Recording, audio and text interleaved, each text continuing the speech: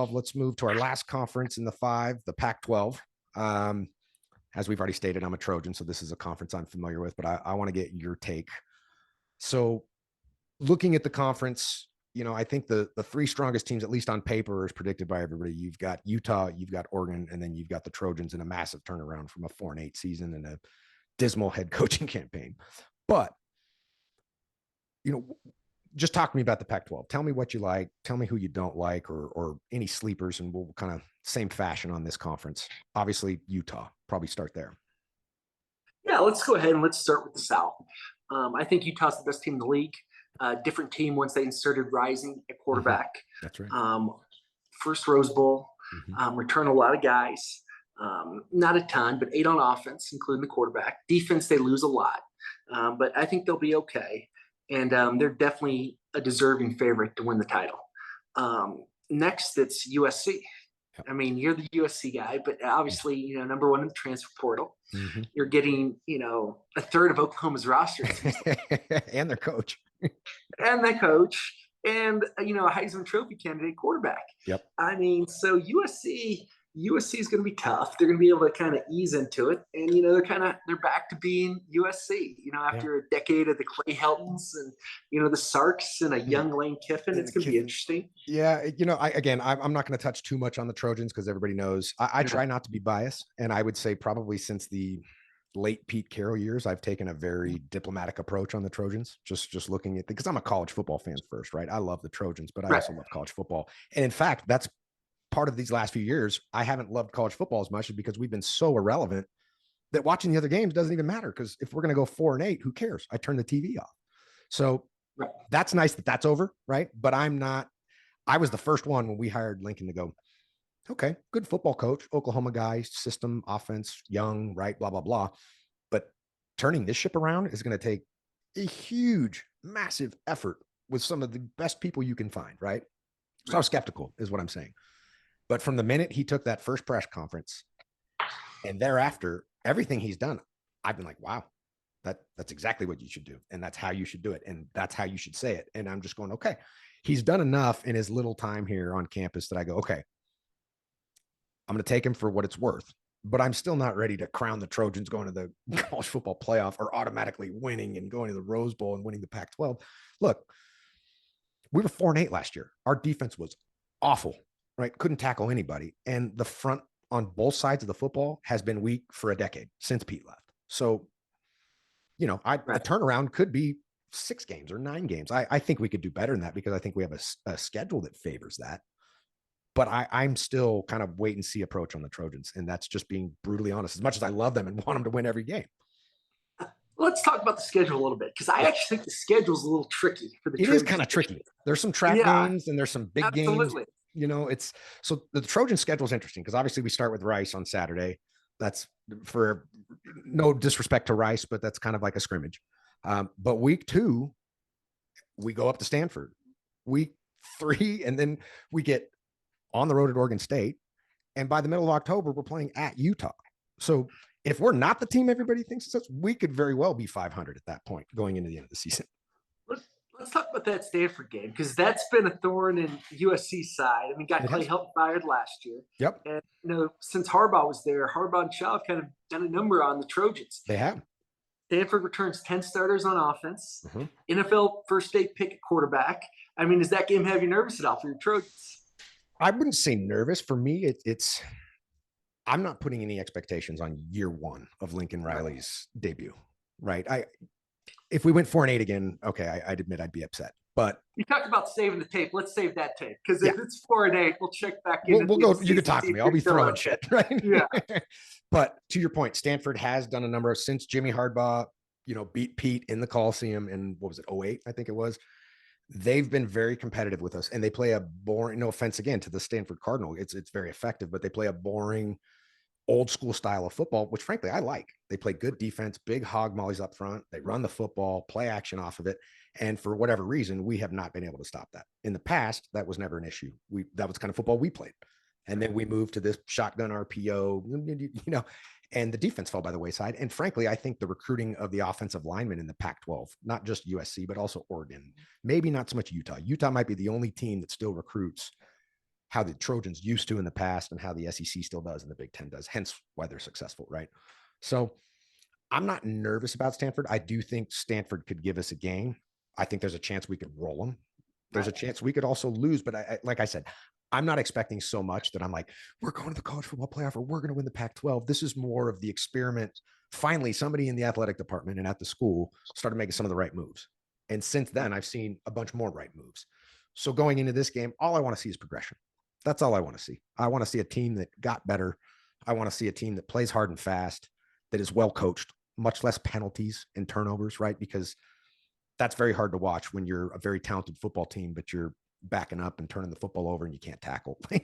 It's, I mean, those are fundamentals. How are you going to play the game? So anyway, that was a long-winded way of saying, I think we could do very well, but I don't have a judgment, to be brutally honest. I think these games are going to give me my judgment. If we go out and we roll them on the road in week 2, it's like, oh, okay, maybe we do have a football team. Or we win a squeaker, or God forbid we lose. It's like, well, we got a lot of uphill roads to climb.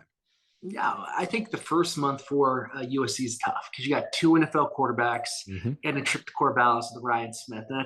That's another school and place that has given us fits. Even when we were the best team in football, they would still give us a game, right? And it's Corvallis can be kind of dreary and sleepy, and you get your team up there, and all of a sudden they're not looking around. The Beavers will smack you in the mouth and take the game. So, and it seems like they always kick off at 8 p.m. They it's do. Raining. Nobody's going to watch on the East Coast, right? Right. And it's one of those things where the sports writers wake up Monday morning thinking, oh my goodness, USC lost to Oregon State. How'd that happen? And they don't even have a narrative because they're in bed. Right. Exactly right. And once again, it goes to these are college kids. It's tough travel. It is. You fly into Portland, then you get a bus ride 2.5 hours. So it's interesting. And we'll see that. And then, the biggest game in the South all year, you guys go to Utah. That's going to be a fun game. That's going to be October. And that's going to be another 8 p.m. kickoff. Yep. But that one people will stay awake for because that's going to decide who's most likely to decide Rose Bowl. Yeah. 100%. And you would think that Utah should be doing pretty well by that time. If we get through, let's say, it unscathed or maybe even drop just one game, that's going to be a marquee game that's fun to watch. The other games that I threw on there were us playing at UCLA on November 19th, just because I don't know what to expect of UCLA. Obviously they've got a returning quarterback. They've got Chip Kelly, but and their running back, I forget how you say his name, Charbonnet. He's like, they have some talent on that roster, but I don't know what to make of them. Another game is the following week. Notre Dame comes to our house. So again, if we are any good and we get through some of this and have a good football team, just like Notre Dame, and they get through it, that's going to be a fun football game to end the football season. Rivalry, Coliseum at night. The other games I put on there were Oregon at Georgia, right out of the gates. We already discussed this because we talked about the SEC. Georgia probably rolls. But even like we saw last year, or maybe it was 2 years ago, when Oregon puts up a fight on the road against one of these teams that's expected to win everything, that actually builds some credibility, even with a loss, right? So that would be my hope for that game. And then Utah Oregon would be the other big game, I say, because if it's not us, Utah's still there. Oregon's going to be their challenger from the north, right? So, we'll see. I don't know. Any sleepers? It's a hard to say this because I'm a Pac-10 guy myself, Pac-12 guy, Pac-10.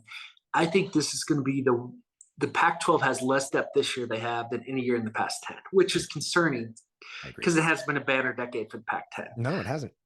You talk about the South. You're much kinder to UCLA than I would have been.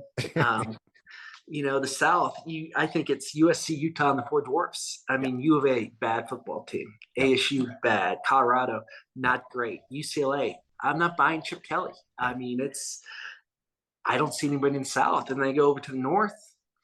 Washington, new coach, new quarterback, Penix from Indiana, who had his moments, but can't throw the ball in the ocean sometimes from water. I mean, let's be honest. And he's going to be playing on the ocean. Yeah, he's going to be playing on the ocean. So you think he'd be able to hit that, but it's a big ocean too. It is. But he's athletic. He can make some plays. Wazoo loses their quarterback. Yep. First year without Rolo at all. Yep. The head coach was coaching D3 football 5 years ago. That's crazy. I mean, that's Wazoo. Do they take a step back? Cal doesn't have much coming back. No. Wilcox, great coach, but I think this is a year they're around 500 and they're not really ready to contend. You look at the North, and almost by default, you look at it's Oregon. You just hand it to the Ducks, right? No, I mean, but Bo Nix, I've seen that.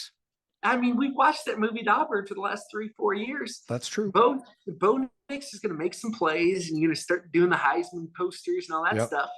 And then he's going to throw 4 picks and fumble, and you guys get beat by Colorado. Right. And what happened? Right. It's no, and that's the Bo Nix story. Yeah, that's a likely scenario given what's happened in the past. And I do think Bo Nix was a big get for them, on the offensive side of the football, but they only returned 8 starters from last year, right? They've got a tough schedule. Obviously, they don't play us in season, but they still got to go to Utah.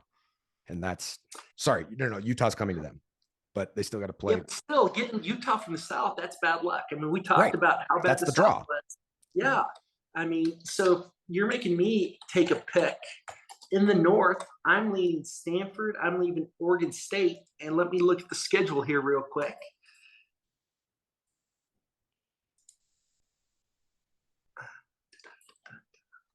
Oregon State draws USC too. That's tough. Yeah. We just talked about that. Yeah, because we're on the road. They draw Utah. So I'm going to go Stanford. Yeah. I'm going to go 10 offensive starters, quarterback. I think they sneak out of the North. The Pac-12 title game will not be pretty, most likely. Probably not. It hasn't been pretty for several years. Yeah, but I mean, I think Oregon State and Stanford, I mean, this is a year where you get a 7-5, 8-4 team winning the Pac-12 North. Yeah. And it's tough luck that Oregon and Oregon State draw the USCs and the Utahs from the South as opposed to the U of A and Colorado. Right. I mean, it's going to be interesting, but it's important for the Pac-12 to have a team in the playoff this year. Yeah, I agree. Ideally not named USC. Right. For survivability, right? Sustainability of the conference, because I think we've only had 1 or 2, and I think it was Oregon both times, and they got ripshod in the very first semifinal game, right? So I agree with you. Pete Saban's parents. Washington. Yep. I forgot. Yeah. But no, they need it. And I mean, truthfully, it needs to be Utah, or else Pac-12 is going to have. Yeah. I mean, if it's us, obviously we're already committed to leaving. It's over. We're not going to be part of your conference, and that'll just be shipping another conference champion to another conference. So I think you're exactly right. I think if the Pac-12 wants to stay together and is smart, they're going to rally behind Utah to have a good season. Like they should have rallied behind us when we got slapped from the NCAA, and we might not be here, but to each their own. So are there any sleeper games or any kind of Heisman guys or somebody, individual players we should be looking out from the Pac-12? Obviously USC, Lincoln Riley's quarterback is automatically by law a top 3 Heisman candidate every time they take the field. Do that. Cam Rising, another good story. Utah, another Heisman candidate. But other than those 2 quarterbacks at marquee positions, I just don't see anybody else in the pack winning enough games or getting enough publicity to make it work. What do you think? I think you're probably right. I think those are probably the 2 likeliest scenarios of guys that could even just get the candidacy going. Where I worry if I was putting my Trojan hat on was maybe Caleb Williams is a guy that could compete and win it, but he's might be splitting votes with some of his receivers if he has a really good year. If he throws 40 tugs and Addison caught 19 of those for 1,800 yards, like he's taking votes away from his own quarterback, right? So, but again, Heisman's, to me, this is, and I don't know how everybody else feels, because we've been very fortunate at USC to win several of these things, especially while I was in school. And they're great little icing on the cake for the program and the individual player and the team and all this. But I don't really give a shit, pardon my French, but I don't really care who wins the individual trophy. This is a team sport. I want to know what your team does. How'd you do in conference, and what bowl or playoff did you go to, and how'd you do there? And so, I think you're right. I think the Pac-12 is going to be a little down. I think Utah could be their savior. Because if we win, bless you, if we win and take it back, well, that's not going to help their cause, because we're not going to be there in 2 years. So very interesting. All right. Well, that wraps up the conference.